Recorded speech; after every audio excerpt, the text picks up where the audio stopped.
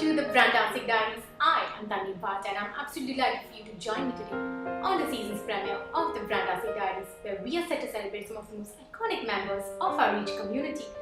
And today, on the season's premiere, we are going to be joined by the man who's been credited of shaping a concept into a billion-dollar global industry. The man who's been enriching millions of lives across the globe with the power of being you, being unique. Let us welcome none other than the man in himself, or rather the brand in himself, William Arruda. Hey William, welcome to the Brandtastic Diaries. I'm absolutely delighted to have you on our season's premiere today. Before we start talking about the brand William, I'm sure our audience is very keen to know the untold story behind the brand William, the story of Reach. The story of Reach. Well, this is a story I've told a lot.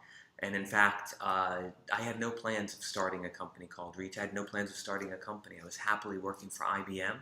And one day I read the article, The Brand Called You, by Tom Peters in Fast Company.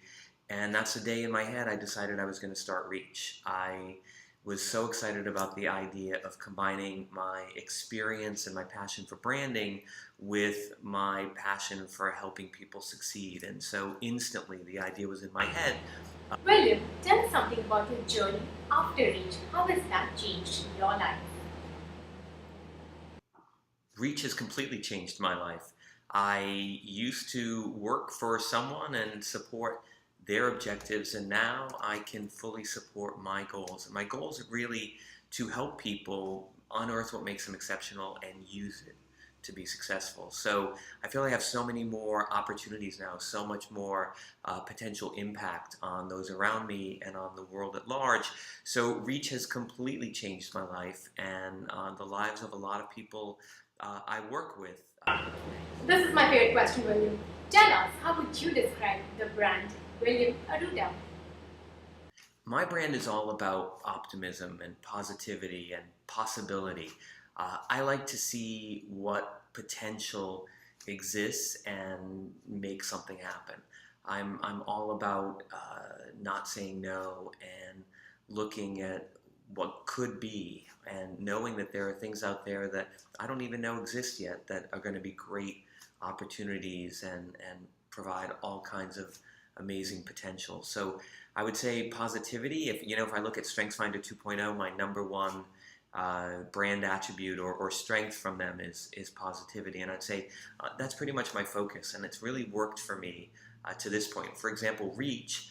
When I started Reach, nobody was buying personal branding. Nobody knew what personal branding was, and I just had a belief. I knew it would become something someday, and it was that positivity that allowed me to stay in it. Who gets the privilege of being brand William focused? What kind of people do you enjoy working with, and how you add exclusive value to them? I have the amazing opportunity to work with all different kinds of people. Starting Reach gave me access to an incredible group of career coaches, executive coaches, social media experts, image management folks, amazing writers and communication specialists and public speaking experts. And I feel like I'm surrounded by this amazing ecosystem of people who bring an expertise that's somehow connected to personal branding.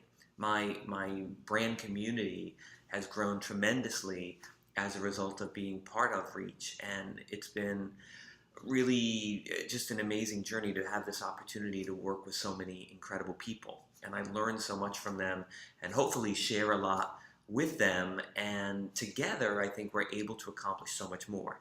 And that's one of the things I've learned in the Reach journey, is that the Lone Ranger syndrome doesn't work. Trying to work on things by yourself is really a recipe for failure. Having the opportunity to connect with others and combine creativity and forces and brainstorm and work on things, that's what really gives you the opportunity to make some powerful products and so forth. My new book, for example, with Deb Dib, Ditch Dare Do, that book wouldn't be half as good as I think it is, were it not for the wit and wisdom and expertise of CEO coach Deb. What has been the biggest challenge or the turning point of your brand story, and why today are you gracious for it?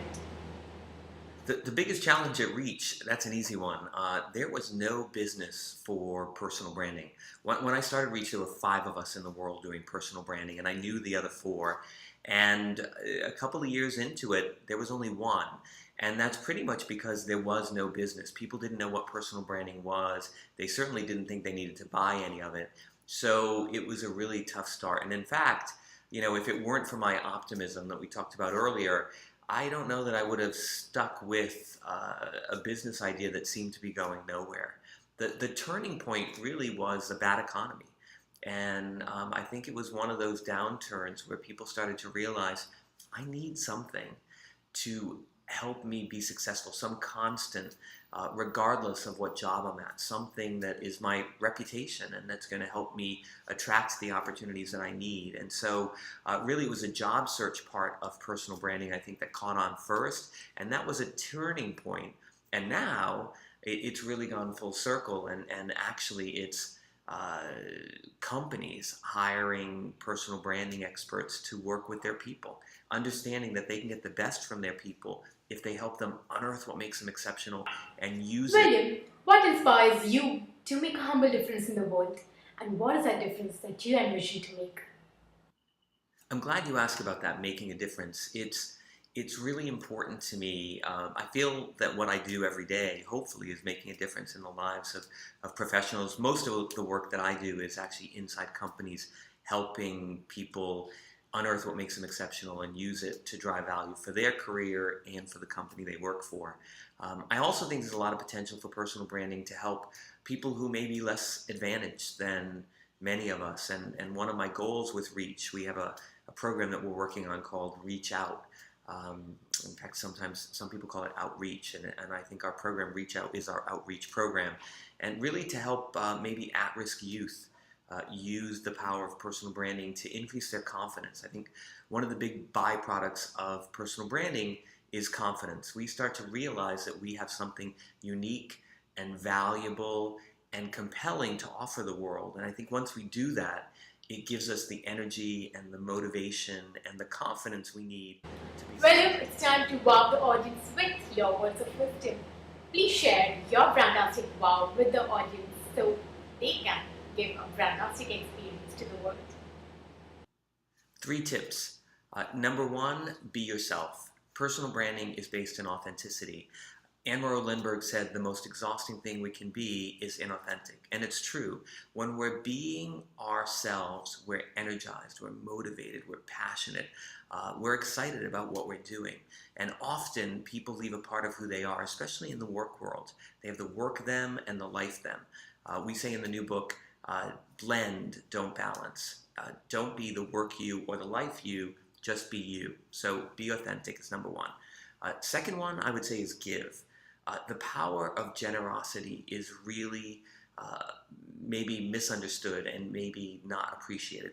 I think the more you give value to members of your network, the more you give to your clients, the more you give to the people you work with, the more they're going to help you get where you want to go, the more great positive things you create in the world. And I think generosity is something that creates lots of visibility. So I would absolutely say be yourself, give, and the third one I would say is flaunt your quirks. It's often the things about us, might even be the things that we don't like about ourselves, but it's the things about us that are a little different, our differentiation, that make us notable, that make us remarkable, that make us acknowledged by others. So take the things that you do that no one else does, or those little quirks or things that are just a little different about you, and don't hide them.